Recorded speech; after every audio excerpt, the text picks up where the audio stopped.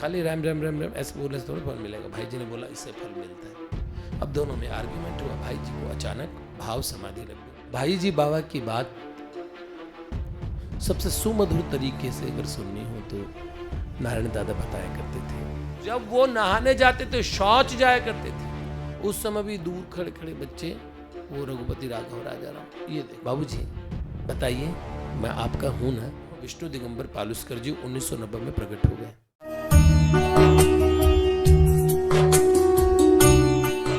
परम पूज्य भाई जी का चरित्र हम लोग सुन रहे हैं। महापुरुष के जीवन के असंख्य संस्मरण होते हैं। उनसे जो कल्याण रूपी महाधन पाने वाले होते हैं, अनंतानंत जिस राह पे चलते हैं महापुरुष, जो उन्हें एक बार देखते हैं वो भी कल्याण के भागी हो जाते हैं। जो उनके साथ समय निकालते हैं और जो उनके बताए पथ पे चलते हैं। महापुरुष का संग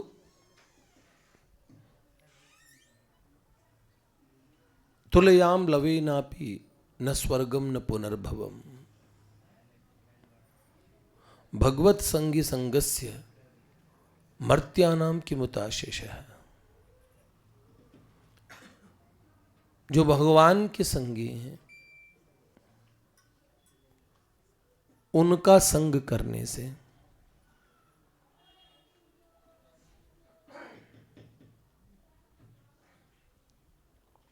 बहुत बड़ी बात है।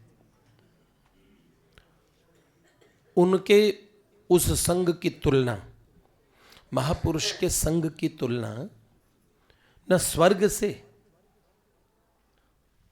न अपवर्ग से, वैकुंठ इत्यादि से नहीं, किसी से भी नहीं। भगवान शंकराचार्य जी कहते हैं क्षणमिह सज्जन संगतिरेका भवति भवार्णव तरणे नौका भज गोविंदम भज गोविंदम। गेयम गीता नाम सहस्त्रम ध्येयम श्रीपति रूपमजस्त्रम देयम दीन जनाय च विद्यम। आय हाय नेयम सज्जन संगे चित्तम भवत भज गोविंदम गोविंदम भज मूढ़मते। देयम दीन जनाय च वित्तम गेयम गीता नाम सहस्त्रम ध्येयम श्रीपति रूपम जस्त्रम और देयम दीन जनाय च वित्तम, दीनों की सहायता करो वित्त से। और नेयम सज्जन संगे चित्तम, चित्त महापुरुषों में लगाओ। बहुत बड़ी जीत होती है जीवन की, इसलिए अनंत अनंत संस्मरण होते हैं। भाई जी तो, पुस्तक का नाम है महाभावोदधि, महाभाव की उदधि समंदर। नारायण दादा का भी एक संस्मरण है बड़ा प्यारा। नारायण दादा से वाटिका में हमारा प्रथम परिचय श्री नारायण स्वामी जी से हुए। उन्हें सब नारायण स्वामी जी कहते थे, श्री नारायण दास स्वामी जी। तो स्वामी नारायण दास जी को हम प्रेम से कहते थे नारायण दादा। बड़ा प्यारा स्वरूप था। हमारे रास बिहारी भैया की तो डीपी पे शायद 10 वर्ष तक फोन के उस पे वो ही रहे थे। इनके कॉरपोरेट में इनके ऑफिस के एक सज्जन ने पूछा ये आपके दादाजी हैं क्या? बड़े सुंदर हैं। और नारायण दादा की वाणी अद्भुत थी, अद्भुत रस था। भाई जी बाबा की बात सबसे सुमधुर तरीके से अगर सुननी हो तो नारायण दादा बताया करते थे। तो नारायण दादा अपना एक अनुभव, एक संस्मरण, ये अनुभव नहीं ये संस्मरण है, जो महापुरुषों के साथ यादगार की बातें हैं। नारायण दादा लिखते हैं सन 1968 की राधाष्टमी की बात है। 1968 में श्री राधाष्टमी के दिन प्रातःकाल प्रभात फेरी निकली। सुबह प्रभात फेरी होती है ना वाटिका में, और बड़े जोर जोर से कीर्तन करते हैं। राधिका रमण अम्बुज नयन, राधिका रमण अम्बुज नयन, नंद नंदन नाथ हे, नंद नंदन नाथ रे।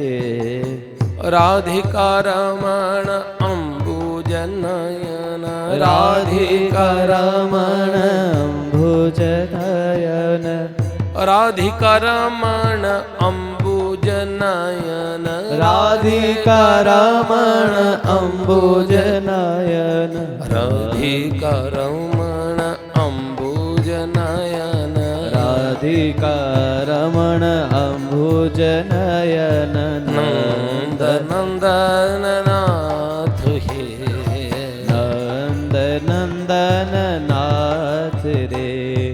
गोपी का प्राण मन मथ मथन, गोपी का प्राण मन मथ मथन, विश्वरंजन कृष्ण हे, विश्वरंजन कृष्ण हे। बाबा द्वारा रचित ये कीर्तन है।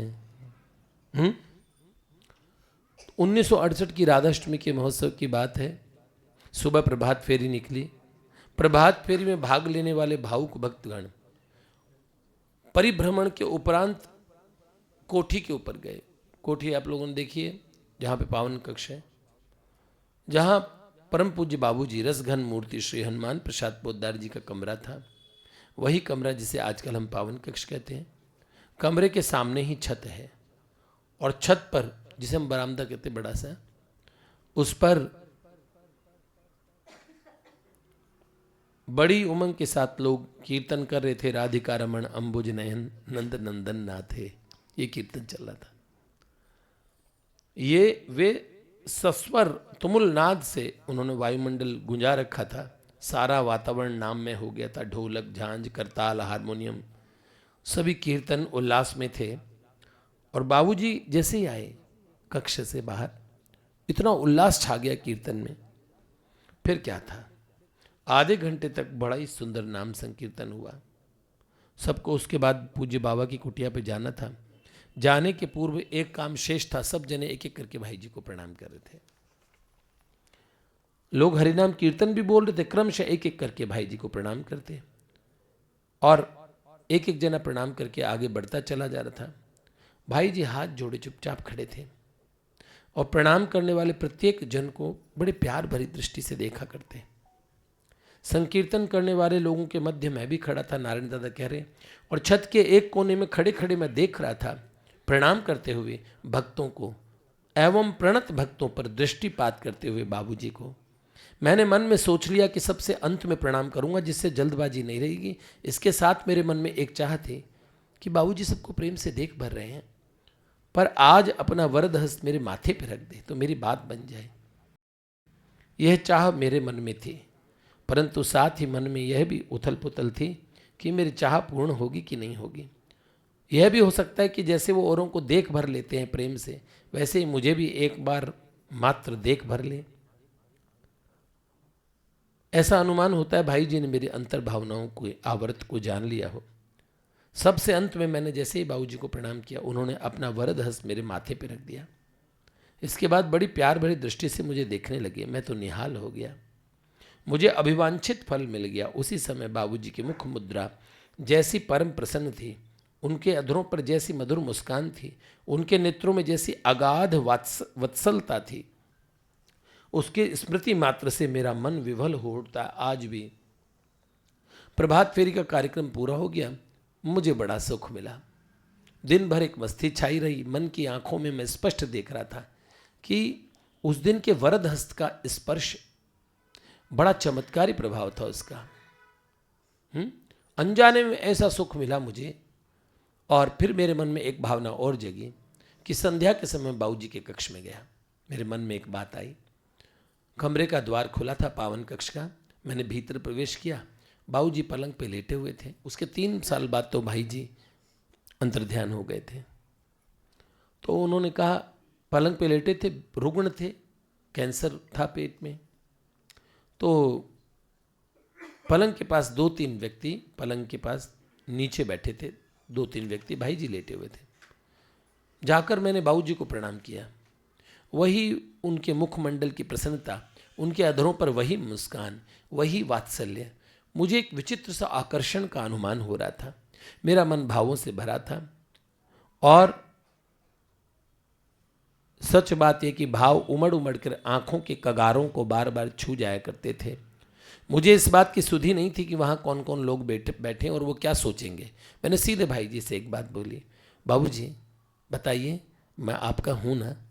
जैसे ये बात सुनी, बाबूजी कैसा कहते ही तुरंत मेरे मन में बात कौंध गई। बाबूजी ने कहा, भैया जो श्री कृष्ण को अपना मानते हैं उनको वे अपना लेंगे सो बात नहीं है, उन्होंने तो अपना ही लिया है। ये नारायण दादा ने अपने मुंह से मुझे कई बार सुनाई है, कई बार। आप लोगों ने भी शायद सुनी होगी उनके मुख से। हम लोग बैठते थे उनके पास, घंटों सुनाया करते थे। इतने महापुरुषों के अनुभव थे उनके पास में, गजब। तो बाबूजी ने कहा, भैया जो श्री कृष्ण को अपना मानते हैं श्री कृष्ण उन्हें अपना लेंगे ये बात नहीं, श्री कृष्ण ने उन्हें अपना लिया है। तो ऐसी बात सुनते ही मेरे मन में एक बात कौंध गई। नारायण दादा लिखते हैं, भगवत चरणाश्रय वाली बात तो अपने स्थान पे ठीक है कि भगवान स्वीकार कर ले, पर आज तो मैं संत चरणाश्रय की प्राप्ति के संबंध में संदेह रहित होने आया हूं कि भाई जी अपने मुख से कह दें कि तुम मेरे हो। और तो मैंने तत्क्षण भाई जी से फिर प्रार्थना की, बात आपने ठीक कही बाबूजी, पर मैं एक बात का आश्वासन चाहता हूँ, आप अपने श्रीमुख से बताइए ना कि मैं आपका हूँ ना। ओहो, तो हो। तब बाबूजी बोले, हाँ हो, मेरे ही तो हो। भाव विवल दशा में मैंने तुरंत भाई जी के चरणों पर अपना मस्तक रख दिया और पुनः उनके वरद हस्त मेरे मस्तक पर फिरने लगे। मेरे सौभाग्य की सीमा न रही। और राधाष्टमी का पावन दिवस मेरे लिए कितना सुखद रहा ये मैं कैसे बताऊं। ये नारायण दादा बाद में सन्यासी साधु हो गए और बड़ा बहुत सुंदर, दीन को दयालु दानी दूसरों न कोई, मैं जाहि दीनता कहूँ हो देखो दीन सोई। सुर नर मुनि असुर नाग साहेब तो घने रे, पेतोलो जोलो रावरे ना नेक नयन हेरे, त्रिभुवन त्रिहुकाल विदित वेद बदती चारी, आदि मध्य अंतरा साहिबी तुम्हारी, तू गरीब को निवाज हों गरीब तेरो, बारेक कहिए कृपालु तू तुलसीदास मेरो, बार एक कहिए कृपालु तुलसीदास मेरो।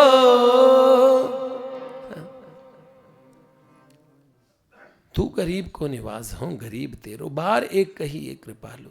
देखो प्रेमी भी कैसी इच्छाएं चाहता है, भगवान से कहलवाना चाहते हैं। बाबा तुलसी राम जी के पीछे पड़े, कह रहे हैं सरकार आप गरीब निवास है, मैं गरीब हूं आपका है? तो सरकार एक बार कहिए ना तुलसीदास तू मेरा है, तुलसीदास मेरा है। तो राम जी से कहलवाया। भाई जी भगवान के पीछे पड़ गए थे, नाथ मैं थारो जी थारो।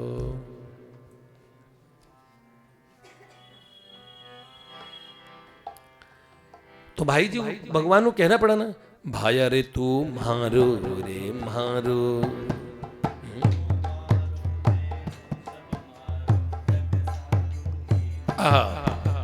तो ओए होए तू मारो तेरो सब मारो, सारो जगम ये मारो, भाया रे मारो रे मारो, तू भाई मारो रे मारो, सारा जगत मेरा है। तो प्रेमियों ने भगवान से कहलवाया,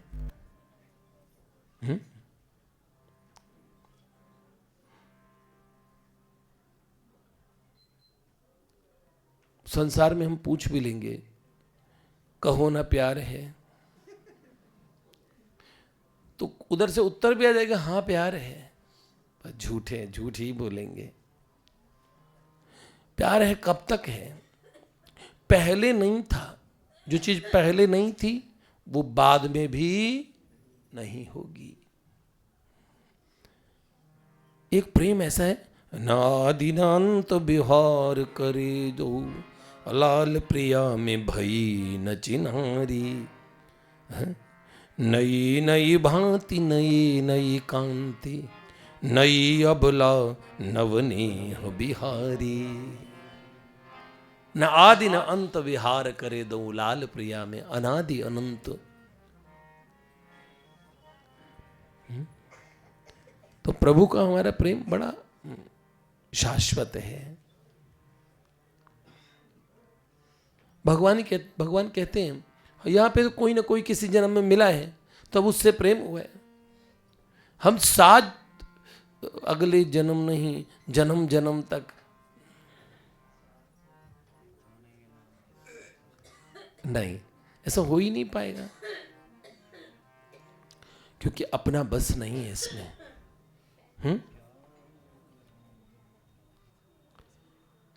सच बताता हूं, ये तो सब भगवान कहते तान हम वेद सर्वाणी, पार्थ मैं सब जानता हूं, न त्वम वित्थ परम तप, परम तप तुम नहीं जानते हो, मैं जानता हूं। कन्हैया तुम तो अभी आए हो, मेरी उम्र के ही तो हो, ऐसे बात करते हैं। पार्थ है ये बात है। अच्छा, ठाकुर जी सबको खुश कर देते हैं।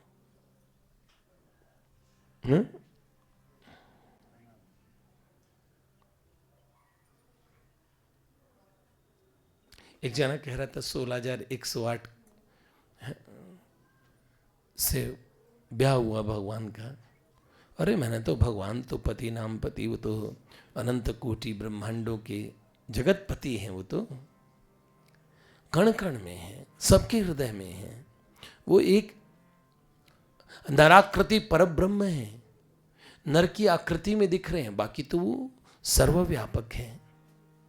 भोक्तारम यज्ञ तपसाम सर्वलोक महेश्वरम, वो मूल अस्तित्व है हम सब लोगों का है।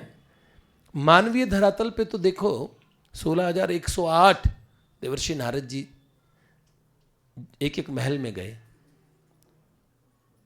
हर रानी, कोई ना कोई रानी तो गुस्सा होती ही होगी। किसी महल में सरकार अभी सो रहे हैं, शैया पे हैं, किसी में उठ के अभी जमाई ले रहे हैं, एक में देखा तो एक में स्नान कर रहे हैं, एक में अपने बच्चों के साथ खेल रहे हैं, सरोवर में स्नान कर रहे हैं, एक जगह गायत्री कर रहे हैं, एक जगह अपने घर में हवन कर रहे हैं, एक जगह नाश्ता कर रहे हैं, बाल भोग। नारद जी 16,108 रानियों के भवन में मन की गति से प्रकट हुए, और इतनी जल्दी जल्दी वापस पहले वाले भवन में गए जहां से चले थे। पर्दे के पीछे से झांक के देख रहे साले। भगवान ने आवाज दी, देवर्षि आ जाइए। बोला नारायण नारायण प्रभु। भगवान ने कहा कहाँ घूम रहे हैं आप? ऐसे ही प्रभु को देखने आया। देख लिया? हाँ प्रभु, जानते हो पूर्व अवतार में भगवान के पिताजी 3 माताएं जी थी। देखो 3 धर्मपत्नियां थी। तो 3, एक संत कह रहे थे, वो कह रहे 3 के साथ में भी कितना एडजस्टमेंट में दिक्कत आई कि नहीं आई। 16,108 के यहाँ उनके दिक्कत नहीं आ रही है। 350 बोली जाती है कहीं पे। हाँ, तो ये प्रभु है भाई। रास में सब सखियां कह रहे वो तो अकेले थे, नहीं क्या। अंगना मंगना मंतरे माधवो माधवम माधवम चांतरेणांगना इत्थमा कल्पितो मंडले मध्यग संजगो वेणुना देवकी नंदन। बालिका तालिका ताललीलालय संग संदर्शित भ्रूलता विभ्रम गोपिका गीत दत्तावधान स्वयं संजगो वेणुना देवकी नंदन। सब बालाएं ताली बजा रही है, ताली ताल के साथ। ये गरबे का स्वरूप भी रास का ही स्वरूप है। तो एक एक सखी के साथ एक एक कन्हैया। अंगना मंगना मंतरे माधव। अंगना अंगना के जो माधव और माधवम माधवम, 2 माधव के बीच में छंतरेण अंगना इत्थमा कल्पितो। ये आत्मा परमात्मा के मिलन का मधुमास है, यही महारास है। प्रभु कोई सर्वस्य चाहम हृदय सन्निविष्ट, सबके हृदय में रहने वाला हूं मैं। तो जीव भगवान से कहलाएगा ना। देखो यहां हम कितना ही बोले, हर व्यक्ति शब्दों में बोल देगा मैं तुमसे बहुत प्यार करता हूं। प्यार कैसे करेगा? उस बेचारे को प्यार पता ही नहीं है। जैसे बच्चे का प्यार टॉफी तक सीमित है। बेटा एक एल्पेनलिबे ले लो और बोलो जरा तुम मुझे प्यार करते हो, तो बच्चा बोल देगा आई लव यू। संसार में भी तो यही वाली बात है ना। बुद्धू बनाने का कारोबार है। जो अच्छे से बुद्धू बना लेता है, सच में प्यार की परिभाषा तक भी नहीं पता। प्रेम बड़ा अनोखा है। रस उनका घनानंद जी का कवित्व है, अति सूधो स्नेह को मार्ग है,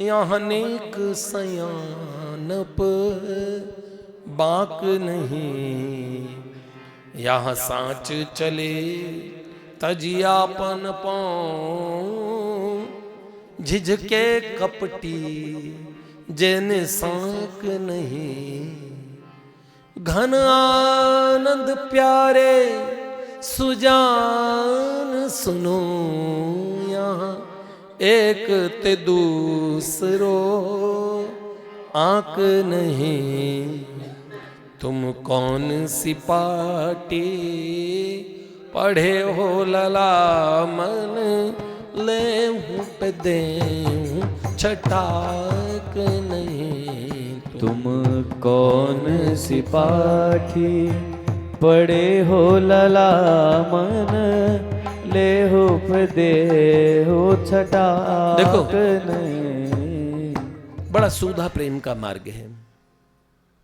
हम आपको बता दें, संसार में हम गिरधर जी, संसार में हम लोग अगर किसी व्यक्ति से बात करते हैं और भगवदीय जगत में बात करते हैं, दोनों बात एक जैसी होती है, उसका मापदंड बदल जाता है।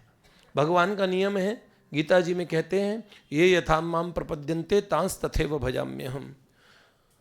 जो मेरे को जैसे भजता है मैं भी उसको वैसे ही भजता हूँ। भगवान भी भजते हैं हमें, प्रेमी का भजन भगवान भी करते हैं। तो भगवान का नियम है जैसा तुम्हारा वैसा मेरा। तो इस नियम के हिसाब से हम भगवान को कहेंगे। परम श्रद्धेय स्वामी जी महाराज की बताई हुई ट्रिक है, ये प्रयोग करनी चाहिए।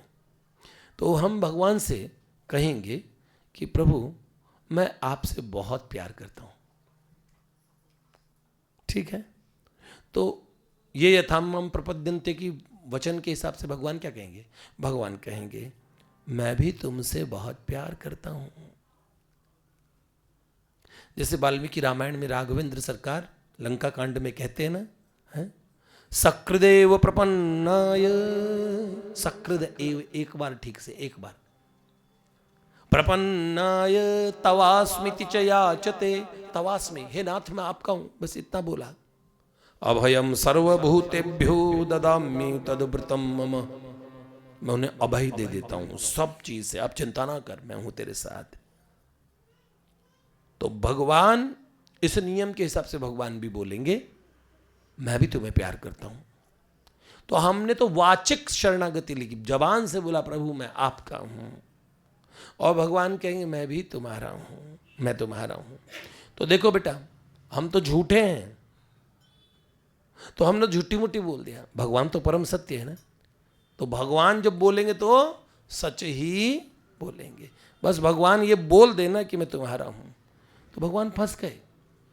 इसलिए वाचिक शरणागति, हमारे संत कहते हैं झूठ मूठ में भगवान को बोलते रहो, हे नाथ मैं केवल आपका हूं, हे नाथ केवल आप ही मेरे अपने। वैसे सच्ची बोलेंगे तो इसका अनुभव जल्दी होगा, तो ऐसा नहीं झूठ बोलना। लेकिन भगवान का वचन है जो कोई भक्ति करे नकल में उसको भी अपनाऊं, साम दाम और दंड भेद से सीधे रस्ते लाऊं, नकल से असल बनी, मैं भक्तन को दास भक्त मेरे मुकुट मणि।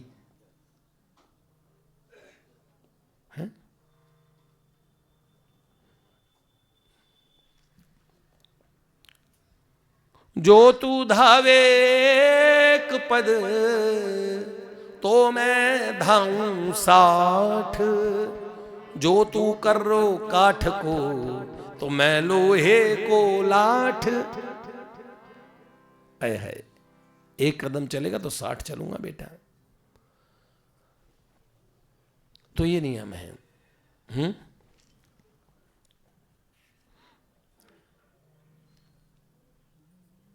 ऐसे ही मैं अलग अलग लोगों ने जो जो संस्मरण है भाई जी के, योगेश जी छिब्बड़,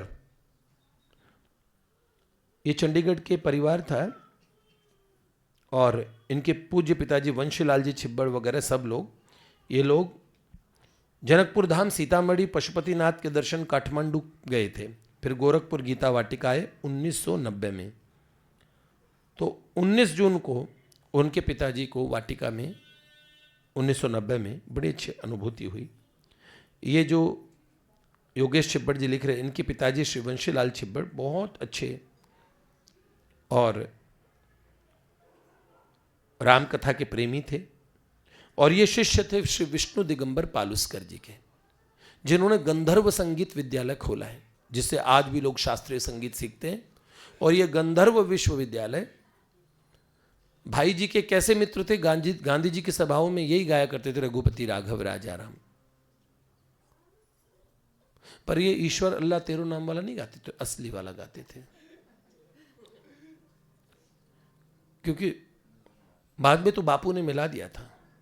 तो विष्णु दिगंबर पालुस्कर जी भाई जी से कितने घनिष्ठ थे कि इनका गंधर्व विद्यालय मुंबई में जब खोला था, अब तो पूरे भारत भर में इसकी ब्रांचेज हैं, तो 75,000 का कर्ज हो गया था 1917-18 के पास। 1917-18 में वो 75 करोड़ से भी ऊपर के अमाउंट थे। उस समय मेरे दादाजी की सैलरी और जॉब लगी थी 8 रुपये महीना में, बहुत अच्छी जॉब जिसमें पूरा परिवार पलता था, जिसमें 1-2 रुपये वो कलकत्ता में खर्च करने के लिए लगते थे और 5-6 रुपये राजस्थान आ जाते थे, जिससे पूरा परिवार पल जाता था। आप समझ रहे हैं, जॉइंट फैमिली, बड़ा परिवार, तो बहुत बड़ी सैलरी, अच्छी सैलरी मानी जाती थी। वो अकाउंट्स के अच्छे जानकार थे। तो मैंने कहा बढ़िया बात है। तो यही बात बता रहा हूं कि उस समय के 75,000 रुपए क्या चीज रही होगी।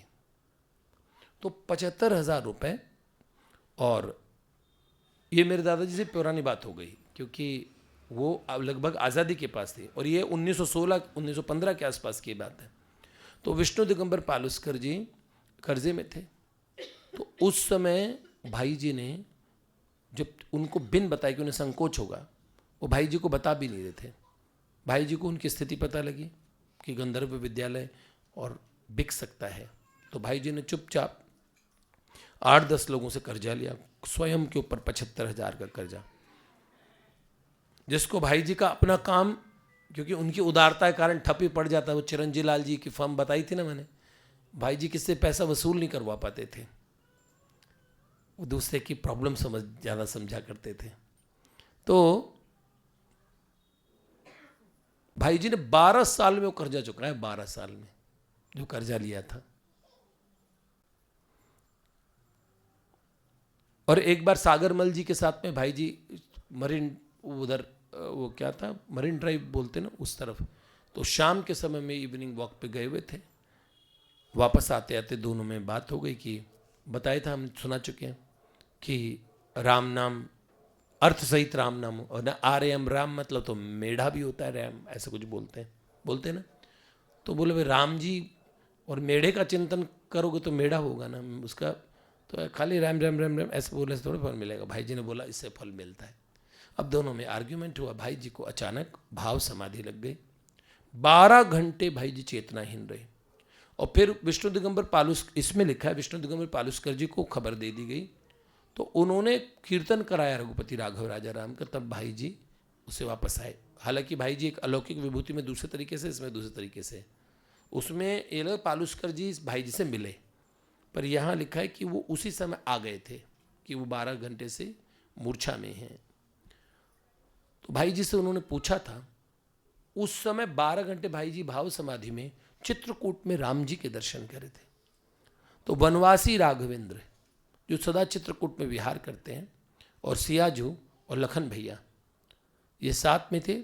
तब राम जी ने बोला, तुम जो कहते हो कि शब्द राम अपने आप में ये एक महामंत्र है, इसका जप पर्याप्त है, चिंतन के बिना भी ये असर देगा।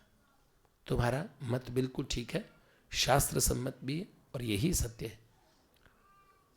और फिर उन्होंने कहा नाम की निष्ठा कैसे होनी चाहिए, जैसे उन्होंने बोला जैसे विष्णु दिगंबर पालुस्कर जी की निष्ठा है।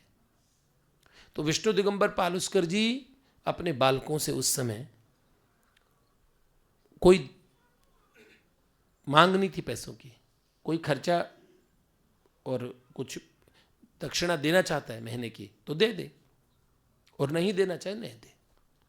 हाँ, पर बस उनके यहाँ फीस एक चीज़ की थी कि बस आप लोग मुफ्त पे सीख लो, पर आधा घंटा 1 घंटा तानपुरे पे हमें राम नाम सुनाओगे। तो वो 24 घंटे 2 चेले शिफ्ट बदल बदल के आते रहते थे हर घंटे, और वो पीछे रघुपति राघव राजा और घूमते फिरते। और जब वो नहाने जाते थे, शौच जाया करते थे, उस समय भी दूर खड़े खड़े बच्चे वो रघुपति राघव राजा राम, ये देखो नाम से इतना प्रेम था उनको। कांग्रेस का अधिवेशन हुआ उस समय, बाल गंगाधर तिलक वगैरह इन लाला लाजपत राय वगैरह सब उसमें थे। तो गांधी जी ने कहा कि और आप रघुपति राघव राजा राम कराइए, पालुस्कर जी को बोला। तो वो कराने जैसे लगे, तो मोहम्मद अली जिन्ना भी थे उसमें, तो जिन्ना खड़े हो गए। उन्होंने बोला ये हम ये तो काफिरों की हम कैसे सुन सकते हैं, तो ये नहीं। तो फिर पालुस्कर जी कहा चले जाओ, हम तो गाएंगे। तो वो ज़्यादा नाराज हो रहे थे, तो इन्होंने सीधा गाना ही शुरू कर दिया। तो वो पहले थोड़ी देर हो सकता टिक भी जाए, लेकिन वो फिर वहाँ से भग के चले गए। इन विष्णु दिगंबर पालुस्कर जी को, और ये उनके शिष्य थे वंशी लाल जी छिब्बड़ जो वाटिका आए 1990 में। और इन्हें जैसे पता लगा कि कितना भाई जी का कितना प्रेम था, और वाटिका में ये बड़े अद्भुत उस समय एक बात कही जाती है कि विष्णु दिगंबर पालुस्कर जी देवर्षि नारद जी का अंश स्वरूप थे। एकादश स्थान पे लगभग भूमंडल पे देवर्षि होते, एकादश स्थान पे अपनी विभूति का पसारा करते हैं। तो एक ही काल में, एक शताब्दी में 10 से 11 महात्मा उनके अस्तित्व से जुड़े होते हैं, जो उनका कार्य करते हैं। ऐसे हर सदी में होते हैं। तो विष्णु दिगंबर पालुस्कर जी उनमें से एक थे।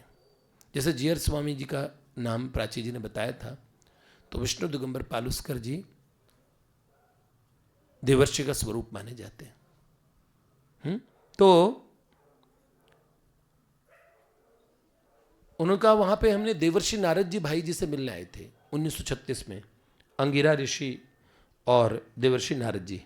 वहां पे छोटा सा श्री नारद मंदिर है। तो वंशीलाल छिब्बड़ जी जैसे ही वाटिका में और वहां गए देवर्षि के स्थान पे प्रणाम करने, तो वहां विष्णु दिगंबर पालुस्कर जी 1990 में प्रकट हो गए वाटिका में।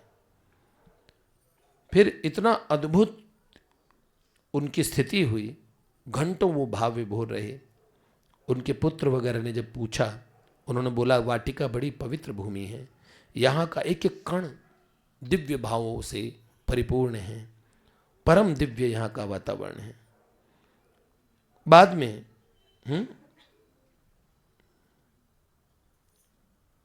इनके पिताजी ने 2-3 दिन वहां पे, जैसे विष्णु दिगंबर पालुस्कर जी ने कथा कही थी, ऐसे 3 दिन वाटिका में उन्होंने कथा भी कही।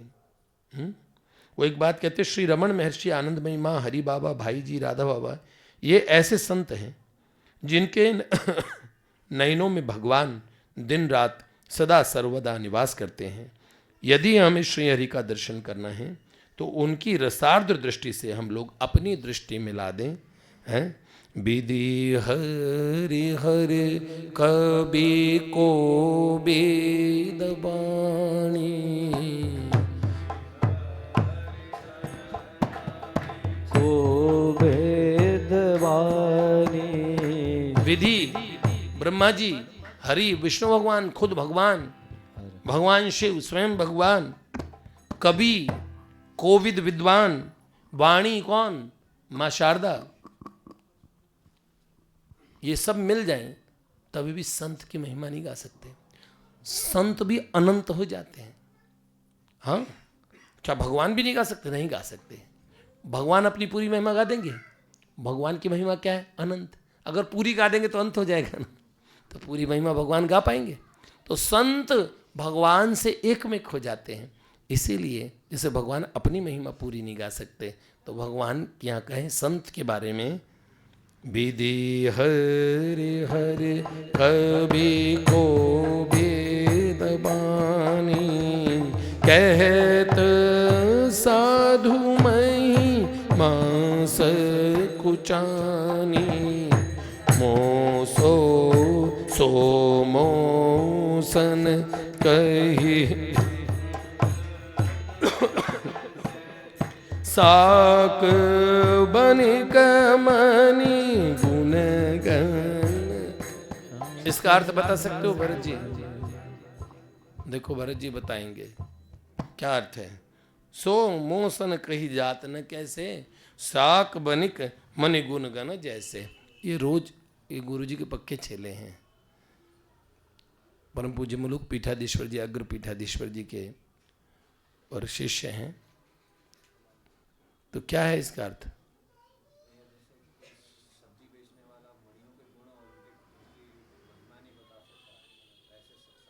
बाबा तुलसी कहते हैं कि जब ये नहीं बता सकते मैं संत की महिमा, तो मैं कैसे कहूं। साक बनिक, बनिक हो गए व्यापारी, सब्जी का व्यापारिक, साक बनिक मणि गुण गण जैसे। ठीक है ना? सब्जी बेचने वाला मणि की कीमत बता सकता है क्या? जौहरी बता सकता है। इसीलिए संतों का कोई भी पूरा। श्री लाडली लाल की